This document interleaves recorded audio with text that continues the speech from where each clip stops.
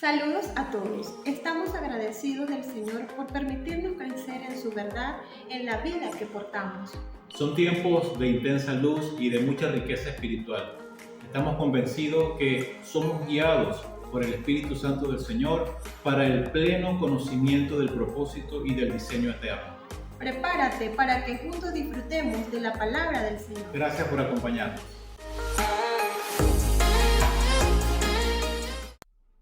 Ok, vamos a avanzar hoy.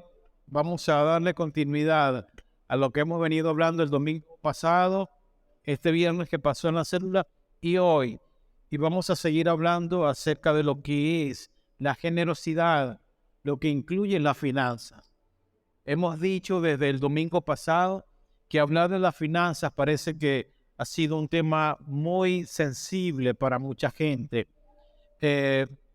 Si bien es cierto, en algunos lugares se ha abusado de lo que es el dinero de las personas. Se ha enseñado mal. Y por otro lado, también no se habla o no se enseña de la manera correcta. Y hemos querido ser fiel en cuanto a esto. Y quiero hoy avanzar y mostrar un poco más por la palabra para que haya una mayor comprensión. Específicamente, el domingo pasado hablamos acerca de lo que es el diezmo. Hablamos de lo que significa. Hemos dicho que el diezmo no es obligatorio, pero eso no es una condición para no dar, para no aportar. Dijimos también que las razones por las cuales se entregaron los diezmos en la ley, esas mismas razones pertenecen o están vigentes para todos los hijos de Dios. Si bien es cierto, el diezmo se enseñaba, se daba, era obligatorio, pero tenía un objetivo.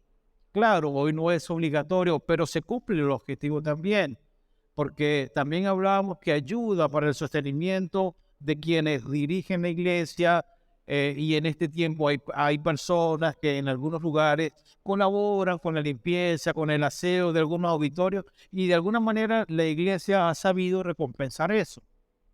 También habíamos dicho que Israel tenía algunos diezmos, que no solamente era un 10%, sino que había otros porcentajes más. Ellos traían también para el templo en ese tiempo, para el sostenimiento y el mantenimiento. Hoy en día colaboramos también para el mantenimiento de lo que es la infraestructura de cada lugar. En este caso, nosotros estamos aquí en un local arrendado, pero lo hacemos porque entendemos que el predicar la palabra, el que alguien pueda venir a este lugar, Dios nos ha permitido honrar eso, poder dar para poder seguir funcionando en este lugar. Y lo hacemos para que la palabra sea predicada. No estamos interesados en ser un lugar lleno de cientos o de miles. Si llegan está bien, pero lo principal de esto es predicar la palabra del Señor. Es un mandato que se estableció en Mateo, donde dice que tenemos que ir a predicar. Bueno, estamos haciendo y estamos cumpliendo estando aquí. Donde estamos también predicamos, pero cuando nos reunimos aquí y alguien puede venir y acceder a la palabra, estamos cumpliendo con eso. Quiero decirle que los primeros historiadores seculares, los primeros historiadores que hablan acerca del crecimiento de la iglesia, ellos quisieron determinar por qué la primera iglesia o la iglesia primitiva se extendió tan rápido. Los primeros cristianos, después de Jesús, después que es crucificado y queda la iglesia, comenzó a crecer demasiado rápido. Ahora, esa iglesia cuando crece no tiene posesiones, no había riqueza, había pobreza también. Ellos estaban oprimidos también por el Imperio Romano. Y algunas personas han tratado de averiguar por qué hubo una expansión de lo que fue la iglesia cuando Jesús en la tierra vino y la estableció. Es un movimiento que impactó tanto en el Imperio Romano, donde los judíos estaban, que creció demasiado rápido. Y una de las tantas razones por las cuales creció la iglesia de manera muy rápida El viernes hablamos de unas razones y hoy volvemos a recordar una de esas razones por la cual la iglesia se multiplicó es porque fueron radicalmente generosos. Que fueron radicalmente generosos. La iglesia primera o la iglesia primitiva, no solamente cuando hablamos de generosidad lo vamos a reducir a un término financiero, es que la generosidad también tiene otros aspectos. La iglesia perdonó a sus enemigos, a sus perseguidores en el Imperio Romano. La iglesia lo que tenía lo compartía entre sí, regaló incluso algunas posesiones a personas, ayudó a personas dentro y fuera del ámbito de la iglesia, cuidó a los enfermos, visitó a los presos. Quiero decirle que cuando hablamos de generosidad es que también tú seas generosos, ustedes sean generosos, perdón, cuando alguien de repente a lo mejor le hizo algo y tengo que dar mi perdón, tengo que pasar la página. Se requiere que alguien sea generoso para que perdone. Se requiere de generosidad para que alguien ame a aquel que es un poco complicado de amar. Por eso, cuando hablamos de generosidad, cuando hablamos también del término económico, también tenemos que hablar acerca de otros aspectos. Porque alguien puede ser bueno para dar, pero es muy malo para perdonar. Le cuesta, alberga cosas en su corazón. Y nosotros estamos llamados a que esta naturaleza y esta vida generosa también sea expresada en muchos aspectos de nuestra vida. En sus primeros inicios, la iglesia primitiva, cuando comienza a crecer, claro, lógicamente no tiene definida una organización de cómo empezar a manejar los grupos que se están levantando o las pequeñas iglesias que comienzan a surgir. El crecimiento y el cristianismo, cuando se comienza a extender en la primera iglesia, ellos tienen que empezar a organizarse para atender a las congregaciones que poco a poco fueron levantándose. Si bien es cierto, en el siglo I no había un lugar como esto. No había un auditorio, no había lugares de reuniones. La iglesia funcionaba ¿dónde? En las casas. Y de hecho, para allá vemos que la iglesia funcionaba en las casas. Claro, no se daba para el mantenimiento de una casa, porque el dueño de la casa se encargaba de todo, ¿verdad? Eran otras circunstancias. No había necesidad, por lo menos para eso, pero sí se recogían algunas colectas y se daban generosamente porque sí había necesitados. Había muchas viudas, a los huérfanos. Se ayudaba y ese era el sentir de cada persona porque había entendido a qué había sido llamado, a ser generoso. Y esa fue una de las principales razones por la cual la primera iglesia comenzó a crecer. En Hechos 4:32, hablando de esto, dice, todos los creyentes, me sigue ahí Raquel, Hechos 4:32, dice, todos los creyentes eran de un solo sentir y pensar.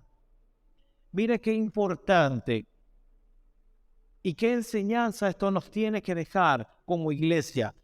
Todos, la primera iglesia, eran de un solo sentir y pensar. Nadie consideraba suya ninguna de sus posesiones. Esto habla del entendimiento del generoso. Cuando tiene lo que tiene, habla de que entendió que es un administrador de lo que Dios le ha dado. No consideraban suya ninguna de sus posesiones, sino que dice, las compartían. De eso se trata la generosidad. El verso 33 de Hechos 4 dice, los apóstoles a su vez con gran poder seguían dando testimonio de la resurrección del Señor Jesús. La gracia de Dios se derramaba abundantemente sobre todos ellos. El 34, pues no había ningún necesitado en la comunidad. ¿Por qué no había necesitados? Porque había una expresión de generosidad para ayudar. La generosidad debe ser expresada de esa manera. Decíamos el domingo que pareciera que algunos pocos o una roca o una especie de élite son los que se enriquecen y son indolentes ante la necesidad de los hermanos, de los congregantes. Por eso es necesario poder ver estas cosas y conversar este tema para enseñar la verdad y mostrar por la palabra que la generosidad no solamente busca el bienestar de uno, es que el bienestar es para todos. Pues no había ningún necesitado en la comunidad. Quienes poseían casas o terrenos, ¿qué hacían? Los vendían. Llevaban el dinero de las ventas, el verso 35, y lo entregaban a los apóstoles. ¿Para qué? Para que los apóstoles tuvieran casa y estuvieran cómodos. No dice eso. Para que los apóstoles cada vez acumularan riqueza, no dice tampoco. Lo llevaban a los apóstoles, ¿para qué?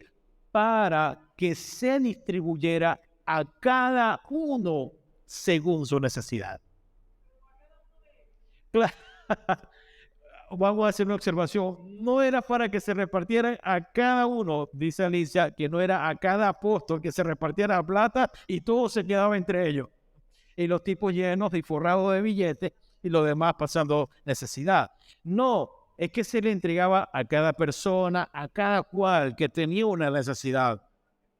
Dice el verso 36, José, un levita natural de Chipre, a quien los apóstoles llamaban Bernabé, que significa consolador, vendió un terreno que poseía, llevó el dinero y lo puso a disposición de los apóstoles. ¿De qué habla esto? Evidentemente aquí hay características de gente que entendió qué es ser generoso. Repito, yo no estoy diciendo y tampoco avalo, no enseño de que alguien tenga que vender algo para traerlo a la congregación. No, si yo tengo un carro, no, véndalo y tráigalo, porque en la primera iglesia lo hacían así. Hay quienes tienen un entendimiento tan corto que pudiera, parece descabellado, pero puede pasar. Pueden hacer una doctrina en donde te exijan y te pidan cosas. Amados, Dios es el proveedor de todas las cosas, pero no te va a pedir lo que no tienes. No te vas a endeudar para darle a Dios. Dios no obra de esa manera. Quiero decirte que la vida generosa no es un acto. Vengo el día de la reunión y doy. Vengo el día de la reunión y soy capaz de aportar mis finanzas. La generosidad, aunque lo incluye, tiene otros aspectos, como lo dije.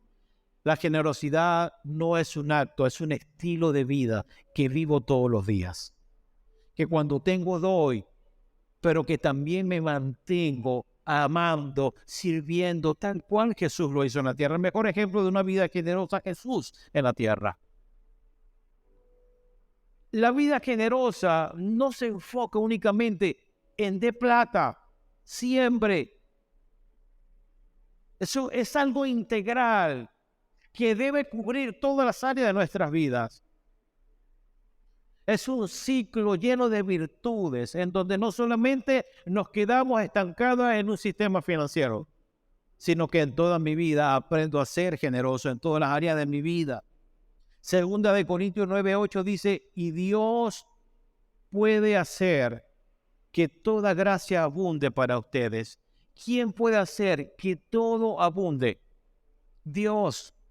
Dios puede hacer que toda gracia abunde para ustedes de manera que siempre, diga conmigo, siempre.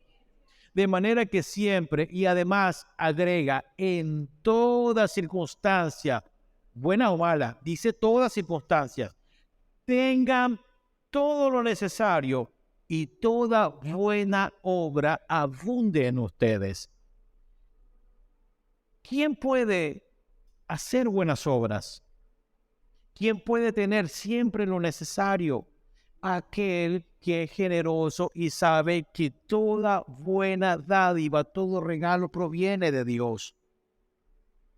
El ser generoso te hará que siempre, en toda circunstancia, tengas todo lo necesario.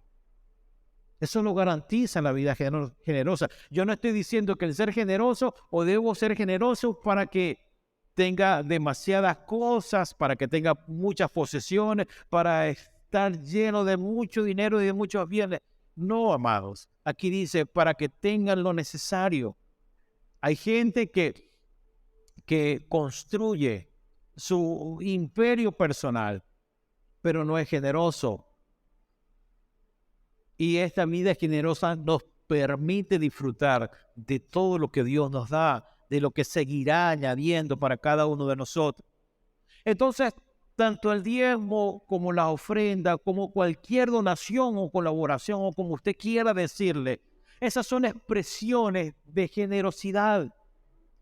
Entendiendo claramente, repito, y quiero ser reiterativo, que no estamos bajo el control de la ley, donde todo era obligatorio para después suceda algo, donde tengo que dar para no ser castigado, donde tengo que dar para ser bendecido. No estamos bajo la ley, y lo que le doy a Dios no es porque le debo algo a Dios. Algunas enseñanzas establecen que no, el diezmo no es tuyo, el diezmo tú se lo debes a Dios. En el antiguo pacto era así. Tú debías. Por eso en Malaquías declara maldición a aquellos que no dan, porque me habéis robado, la nación entera me han robado. Porque no han honrado algo que ellos tenían que hacer. Hoy en esta gracia entendemos que no damos para ser bendecidos, es que ya fuimos bendecidos. Entendemos que damos porque la generosidad, porque esa naturaleza instalada en nosotros nos hace ser personas que ayudan, que aportan, que entienden que en este aspecto hoy nosotros lo damos libremente, sin imposición de ningún tipo. Entonces, nosotros, repito, somos administradores de lo que Él nos da. El asunto se complica cuando yo creo que lo que tengo es mío. Si yo no trabajo, no tengo. No, si yo no hubiese hecho esto, si no tengo buena habilidad para negocio, entonces no tuviera tal cosa. Quiero repetirte, todo lo que tú tienes, primero, desde la vida, tus habilidades, tu manera de poder moverte para ser exitoso en cosas, no es tuyo, es una dádiva de Dios. Es un regalo de Dios. El problema está y se me complica la cosa cuando creo que todo eso es mío, porque es por mí. Amados, sé que entendemos esto, pero alguien pudiera entender y pudiera decir, yo tengo esto porque yo me he esforzado. No tenemos nada, todo es de Dios. Todo le pertenece a Dios. Somos solo administradores. Por eso nosotros no nos vamos a limitar a un monto mínimo. Es que damos y daremos siempre en medida voluntaria. Y de eso se trata también este tema de las finanzas específicamente. Pudiéramos hablar de la generosidad de otras cosas, pero hoy nos une a hablar acerca de las finanzas. Damos en medida voluntaria. No es en una medida de presión, no es en una obligación que tenemos que dar, es una medida que damos voluntaria. Primera de Corintios 16:2 dice, escuchen lo que nos enseña el apóstol Pablo, hablando de dar voluntariamente. Cada uno de vosotros ponga aparte algo según haya prosperado. Si no lo consigues, avanzamos. Pero está en Primera de Corintios 16. Cada uno de vosotros ponga aparte algo. No está diciendo que ponga aparte X monto. No está diciendo que haga un pacto de tanto, no. Está diciendo ponga aparte algo según haya prosperado. Creo que más claro no se puede ser. Lo que hacemos y damos, lo que tú hagas, quiero decirte que lo que tú hagas, lo des con toda libertad. No es por imposición, repito, no es cuánto es que tengo que dar. Hazlo con toda libertad. También cuando hacemos esto debemos preguntarnos ¿desde dónde o cuál es mi motivación para dar? Si mi motivación es por necesidad, estás dando mal. Porque la enseñanza de la iglesia evangélica es dé para que Dios le dé. Porque Dios da bastante, porque Dios da mucho. Esa es la enseñanza evangélica de la iglesia, que es una institución. Ay, no voy a dar porque no tengo. O voy a dar, bueno, ¿qué más? No tengo otra alternativa, tengo que dar con tristeza. Y no estamos llamados a dar ni con tristeza ni por necesidad. Bueno, cuando damos, ¿cuál va a ser tu motivación para dar? ¿Con tristeza? Claro que no. Por necesidad tampoco no. Con gratitud, con alegría y con gozo. Esa es la motivación para cada uno de nosotros para dar. Porque hay gente que solo da y que dio y que seguirá dando por obligación o por temor. Usted no ve que en algunos púlpitos evangélicos se aterroriza a la gente que dé, porque si no da, entonces Dios no puede reprender al devorador. Si no da, entonces el devorador viene y va a llegar la enfermedad, viene la ruina, viene tal cosa. Bueno, Rafael dice que lo quisieron asustar así. Eso es dar por temor. Eso no produce nada. Estamos en la libertad de poder dar de manera voluntaria. En la palabra no hay registro de que se dé de esta manera. Es todo lo contrario, es con libertad, es con regocijo, es con mucha paz. Avanzo a 2 de Corintios 9:7. ¿Cómo voy a dar? Usted me puede preguntar hoy, pastor, ¿cómo voy a dar? En la palabra no es algo que es una doctrina de vida plena que no. Vámonos a la palabra. ¿Cómo vamos a dar? Lea conmigo, por favor, léalo en voz alta. Pausa. Cada uno debe dar según lo que haya decidido en su corazón. ¿Qué más dice? No de mala gana ni por obligación, porque Dios, wow. ¿Cómo voy a dar? Con alegría, con amor. Dice, cada uno debe dar según lo que haya decidido.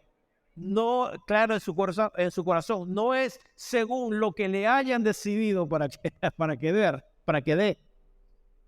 No, cada uno dé según lo que el pastor o el apóstol le decidió que debe dar. No es así. Cada uno debe dar según lo que haya decidido en su corazón. Y lo que decidió en su corazón no puede ser de mala gana ni por obligación. ¿Por qué? Porque Dios ama al que da con alegría. La pregunta es, ¿quién es el que puede dar con alegría? ¿Quién es aquel que da con alegría? ¿Quién? El que entiende el principio de la generosidad. Porque su contentamiento siempre estará en dar. Ese es el que puede dar con alegría. Dios ama al que da con alegría, aquel que da según sus posibilidades. No es según lo que alguien decida, es según sus posibilidades. ¿Para qué? Para que, por supuesto, el evangelio corra, para que el evangelio sea predicado, para que el reino del Señor sea extendido en toda la tierra. Por eso es que damos. Repito, no damos para enriquecer a uno solo. Damos con la finalidad de que el evangelio se extienda, que corra. Pero hay una medida, dar con alegría, dar según lo que ya propusiste en el corazón. ¿Y cómo lo voy a hacer? Con alegría y con el contentamiento que debe producirme el poder dar para una sola causa, la causa del Evangelio de Cristo. ¿Dónde nace la generosidad? Habíamos dicho que la generosidad es un principio, no es una ley. Es un principio la generosidad. Ahora, ¿dónde nace este principio de la generosidad? Sin lugar a dudas, la generosidad es una naturaleza que define a Dios. La generosidad, repito, es una naturaleza que define a Dios, que define el carácter, que define la naturaleza de aquel, de nuestro Padre, que entregó todo lo que tenía. ¿Qué entregó el Padre? Su único Hijo, todo lo que tenía. Por eso hay un verso conocido por todos ustedes, Juan 3:16. Dice, por tanto amó Dios al mundo. Aquí hay otra clave. Cuando damos, ¿lo hacemos con qué? Con amor. Dice, partiendo del principio, del origen de la generosidad. Por tanto, amó Dios al mundo, que dio a su Hijo unigénito, que dio a su único Hijo, o que dio al Hijo de su amor, dice otra versión. ¿Para qué? Para que todo el que cree en Él no se pierda, sino que tenga vida eterna. Pero me llama la atención que nace el principio de la generosidad aquí. No hay generosidad más grande que la que hace el Padre, que dio a su único Hijo, que dio todo lo que tiene, y no al contrario de lo que leíamos la semana pasada, no dio lo que le sobraba. Hablábamos perfectamente de lo que ilustraba Jesús cuando la viuda, los ricos y los fariseos fueron a ofrendar, si recuerdan. Dice que los ricos, los fariseos, los escribas, toda esa clase de gente fueron a dar y echaron mucho más que una viuda que echó solo 2 monedas. Es una ilustración en donde perfectamente podemos conectar eso con lo que es Dios el Padre. Entonces Jesús se acerca y observa y dice, a la verdad, esta viuda ha hecho más que todo lo demás que dieron. ¿Por qué? Porque lo que dieron en medida cuantificable, por supuesto, eran más monedas. Pero ¿desde dónde nació el dar? Nació del corazón equivocado, porque Jesús dijo, al ver, él dijo, ellos dieron de lo que les sobraba. Pero ella, que echó menos en términos cuantificables, echó más porque dio todo lo que tenía. Dios da todo lo que tiene al Hijo de su amor. Dígame usted si eso no es el mayor acto de generosidad. Al Hijo de su amor lo entrega, lo da. Este pasaje de Juan 3:16 nos muestra muy claramente que la iniciativa de la salvación pertenece a Dios. ¿Por qué? Por su gran amor generoso. Que la salvación no es por lo que tú eres o por lo que tú haces o por las obras buenas que hagas. Que nuestra salvación viene del amor de Dios, el cual es generoso. Fue Dios el que envía a su único Hijo, porque lo amaba tanto hasta el punto que lo entrega por amor también a la humanidad, a su creación. No habría evangelio, no habría salvación si no fuera por el amor de Dios, por la generosidad de Dios, por ese gran acto de generosidad. Quiero decirte que la generosidad es el carácter y la naturaleza de Cristo, que voluntariamente se ofreció en ofrenda. Tenemos por un lado al Padre que es generoso para dar lo que tiene, pero también tenemos por otro lado al Hijo al someterse y al considerarse como una ofrenda voluntaria. Son características que deben predominar en cada uno de nosotros, en todos nosotros. ¿Por qué? Porque esa naturaleza generosa ya viene contigo. Esa naturaleza de ser generoso está instalada dentro de nosotros, es cierto.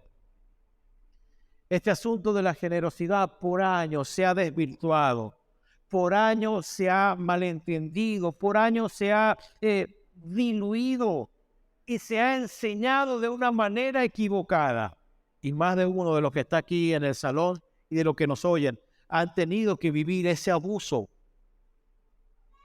en cuanto a lo que es el tema financiero.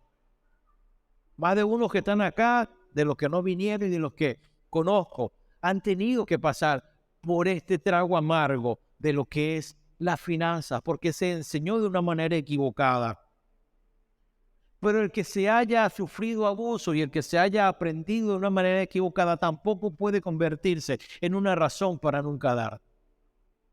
Repito, lo hacemos, damos desde lo que nos gobierna, desde una naturaleza generosa.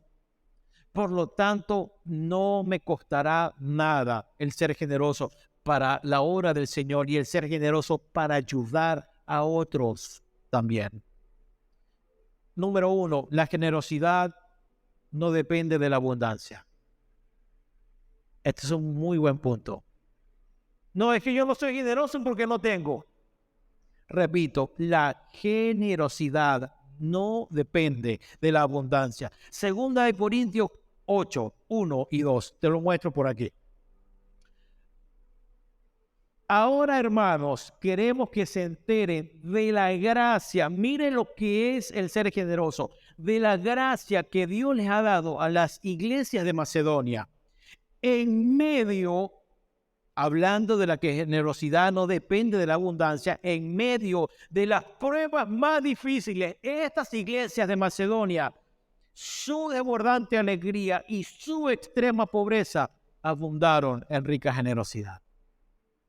Abundaron en rica generosidad en medio de no tener. Me gustó otra versión y quiero regalársela. Dice, queremos que sepáis que hasta cuando estaban pasando esas iglesias, una severa prueba en su fe, oprimidas por toda clase de cosas, su alegría desbordante y su extrema pobreza, que llegaba al colmo de la indigencia, se combinaron para desbordarse en la riqueza de su generosidad. ¡Wow! La extrema pobreza de la que habla Pablo de la iglesia de Macedonia se describe mejor. Estaban en un punto de la indigencia. Y usted sabe lo que es ser un indigente. Un indigente que tiene nada, lo que carga encima. Y hoy veía un testimonio de un muchacho fisicoculturista, ganador. Veía un video en donde está en Medellín, en la calle. Y lo que tiene, una sábana, una franela y un pantalón porque los zapatos se los robaron. Anda descalzo. No tiene para comer. Enfoquémonos en la iglesia de Macedonia hasta un punto de su extrema, no dice pobreza, dice extrema pobreza, a un estado de la indigencia. Con todo y eso, dieron de manera desbordada y con alegría. Quiero que veamos esto con detenimiento. Hay algo que se metió de manera equivocada en muchos hijos de Dios. Por ejemplo, es que el que debe dar es el que más tiene. No, porque si él tiene, pues tiene que dar más. Bueno, es que siempre los que tienen más son mezquinos. Son los que no dan. Y no siempre es así. Porque hay quienes no tienen y cuando tienen son mezquinos. ¿Ah? Hay quienes no tienen y son dadivosos, son generosos. Pero hay quienes no tienen en algunas circunstancias y logran tener, se montaron, no dan. No ayudan a nadie. No dan cuando no tenían y cuando tienen tampoco dan. Ahora, quiero decirles esto. Se puede ser generoso teniendo o no teniendo. Aquí está la evidencia. Tú y yo debemos ser generosos con todos. Claro, nace del corazón porque es una naturaleza de Dios en nosotros. Se puede ser generoso teniendo o no teniendo. Es sencillamente un asunto de qué naturaleza me gobierna. Eso es así. Y vemos este claro ejemplo en la iglesia de Macedonia. Pablo tiene que usar este ejemplo porque le está hablando a la iglesia de Corintios que tiene, pero que no da, que les cuesta dar. Y le cita el ejemplo de los macedonios. Le dice de lo generosa que es la iglesia, estando en esa dificultad extrema, que eran pobres, que tenían problemas, pero que dieron de lo que tenían y aún mucho más, porque dice, desbordados dieron, dieron, o lo poco que tenían, dieron y dieron aún mucho más de lo que se esperaba. Su alegría desbordante y su extrema pobreza, fíjense, que habla de que dieron con alegría. A pesar de que ellos se veían como estaban en esa condición al punto de la indigencia, se desbordaron para dar generosamente. Quiero decirle, a propósito del ser generoso, hay un dato que de los judíos, y es que en la fiesta judía del Purim, la fiesta del Purim es conmemorar la salvación del pueblo judío de la persecución de Naamán. Eso usted lo puede encontrar en el libro de Esther. Puede leerse el libro de Esther si quiere comprender mejor esto. Bueno, ellos conmemoraban la fiesta del Purim porque ellos celebran que fueron librados de la persecución de un tipo que quería asesinarlos a todos, pero se levantó una Esther e hizo varias cosas y consiguió el favor del rey. Bueno, cuando ellos celebraban esta fiesta, ellos tenían por norma, por muy pobre que seas o por muy pobre que sea un judío, debe buscar a otro que sea más pobre y debe darle un regalo. Wow. Por más pobre que sea, algo debes tener para ayudar a otro que está en peores condiciones que tú. Eso habla de una vida generosa. Y Pablo tiene que citarle a los corintios. Ellos sabían de qué les estaba hablando perfectamente. Y les tiene que citar a Cristo también. Porque el sacrificio de Cristo no empezó en la cruz. ¿Cuántos saben eso? El sacrificio de Cristo no empezó en la cruz. Ni siquiera comenzó cuando nace. Empezó cuando en el cielo se despoja de todo su poder y de toda su gloria para hacerse hombre y venir a la tierra. Dice que no escatimó, no le dio valor a lo que era. Se despojó de todo para venir a hacer lo que el Padre le había dicho. ¿Es generosidad o no es generosidad? Por supuesto, es un acto demasiado generoso. Voy cerrando. El desafío de Pablo para los cristianos era de que con tal ejemplo de la iglesia de Macedonia, de que con tal ejemplo que da el Padre, que da Cristo en la tierra, ¿cómo no ser generosos? Le recuerda que la vida paga, cuando ellos practicaban generosidad, que la vida paga generosidad con generosidad y que la tacañería paga con tacañería. Ellos entendían que debían ser generosos con lo que no tenía, aun cuando ellos no tenían casi nada. Y Pablo me llama la atención porque dice algo muy hermoso acá. Dice que de los macedonios lo primero que ellos se propusieron es que se dieron a sí mismos incluso, y es tanto así que unos miles de años hoy estamos hablando de esto, de esta rica y generosa vida que llevaron ellos. Proverbios 11, 24 y 25 dice: hay quien reparte y le es añadido más. Hay quien reparte y le es añadido más, y hay quienes retienen lo que es justo solo para venir a menos. El alma generosa será prosperada, y el que riega será también regado.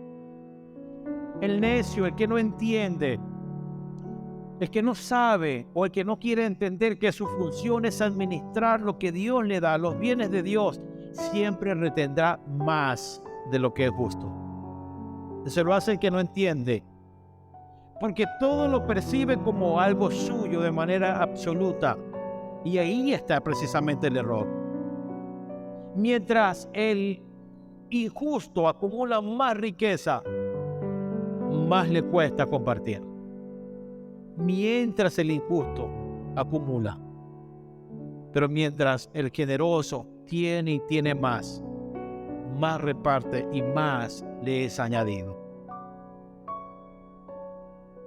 El sabio, el generoso, por el contrario de aquel que retiene más de lo justo, sabe actuar con rectitud y con desprendimiento. Número 2, la generosidad es lo opuesto a la tacañería. Segunda de Corintios 9:5 dice: así que me pareció necesario rogar a estos hermanos que se adelantaran a visitarlos y completaran los preparativos para esa generosa colecta que ustedes habían prometido, esa generosa colecta que se iba a hacer. Entonces estará lista como una ofrenda generosa y no como una tacañería. Eso está en 2 de Corintios 9:5. Cierro con esto. La verdadera razón, la verdadera motivación para ser generoso, para dar, es el amor. Es el amor. Amados, es dar no con obligación, ni porque no tengo más remedio, porque no tengo más otra alternativa, sino porque no se puede dar menos cuando entiendo de dónde nace la generosidad. Sino que no puedo hacerme el desentendido o silenciar esta nueva naturaleza que está en mí. Entender que la manera de Dios de dar es una vida que hoy debe gobernarme, porque fue Dios quien primero dio, porque amó al mundo y por eso dio a su Hijo. 3, el propósito de la provisión. El propósito de la provisión es la generosidad. El propósito de la provisión no es de estar hartados de tener cosas y acumular más. No. El propósito de tu provisión es para que seas generoso siempre, en todo tiempo, en todo momento. 2 de Corintios 9:11. Eso es para usted. Diga amén.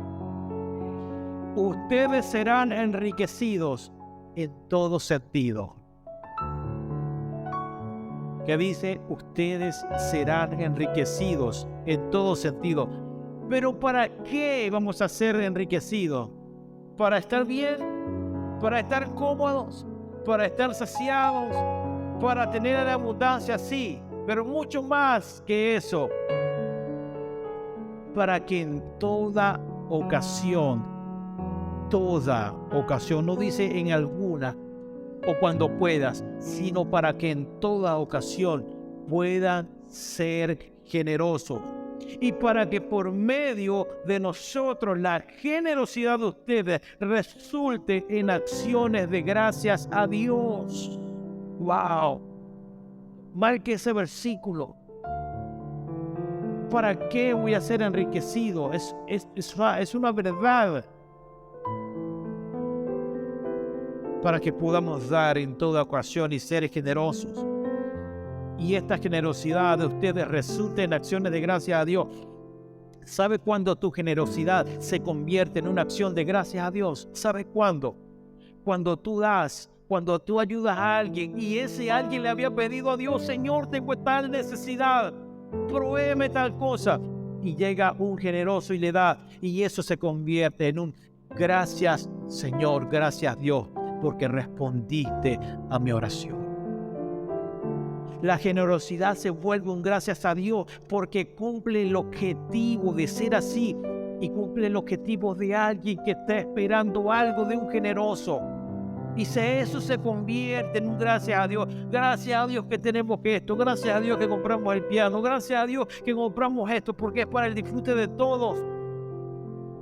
Nuestra generosidad, tu generosidad debe convertirse y se convertirá siempre en un gracias a Dios para otros. Para ti mismo también. Todo por medio de la generosidad de alguien. ¿Cómo debe ser nuestra generosidad? Termino. ¿Cómo debe ser nuestra generosidad? Diga conmigo: con pasión y con un sentimiento de gratitud. Repítalo otra vez: con pasión y con un sentimiento de gratitud. Así debe ser nuestra generosidad. Termino, y me perdonan aquellos que oyen, que van a escuchar y que a lo mejor se atormentan y los dientes deben crujir, pero debo decirlo, el diezmo no salva. El diezmo no es obligatorio. Diezmar es un acto de apoyo a la iglesia. ¿Para qué? Para su sostenimiento. Hay que verlo así, amado. Es la verdad. No es una obligación, no es una imposición. Es un apoyo para el sostenimiento de la iglesia de Cristo. Diezmar y ofrendar es un asunto de conciencia y practicarlo es un asunto de fidelidad a Dios. El reconocer que Dios me provee de todo y yo debo compartir mi provisión, mi bendición con los pobres y compartir con aquellos que dan su vida para ministrarme, para enseñarme, porque ellos también tienen parte y es válido también, y lo vimos la semana pasada. Nuestra generosidad es una acción de gracias de lo que Dios nos da. Es una acción de gracias. No tengamos temor, amados, no tengas temor en llamarlo diezmo, porque no es un pecado, que no está mal en llamarlo así. No porque esté en la ley, entonces no debo practicarlo. Si no quiere llamarlo diezmo, no importa. Llámelo como quiera. El fin es uno: la generosidad. No importa la forma, como quieras decirlo, llamarlo. Lo importante es reconocer que doy de lo que Dios me ha dado. Que doy, como dijo alguien importante en la Biblia, de lo recibido de tu mano, de eso te doy. Se trata de eso. Saquémonos esas cosas. Entonces, si usted quiere decir que aquí está el diezmo, pastor, aquí está la ofrenda, aquí está mi apoyo, aquí está mi generosidad, como sea. El fin no es la obligación, el fin es doy de lo que Dios me da. Punto. El propósito de la generosidad, de la provisión, es mucho más que tener cubiertas ciertas necesidades. Es dar, diga conmigo, porque Dios es bueno y porque Dios nos provee. Lo dejamos hasta aquí. Señor, te doy gracias en esta tarde ya por tu palabra. Te pedimos, Señor, que esta luz y este entendimiento de la generosidad y del dar para ti y para otros cada día más se pueda comprender, Señor. Que toda oscuridad se disipe de tus hijos al momento de dar. Señor, que entendimos que en toda ocasión somos generosos. No es un momento, no es una hora, no es un acto, es una vida que vivimos. Oramos, Señor, para que la verdad siga corriendo y siga llegando luz en cuanto a este tema, a tus hijos, a tu cuerpo, a tu iglesia. Gracias, Señor. Amén. Bien, amados.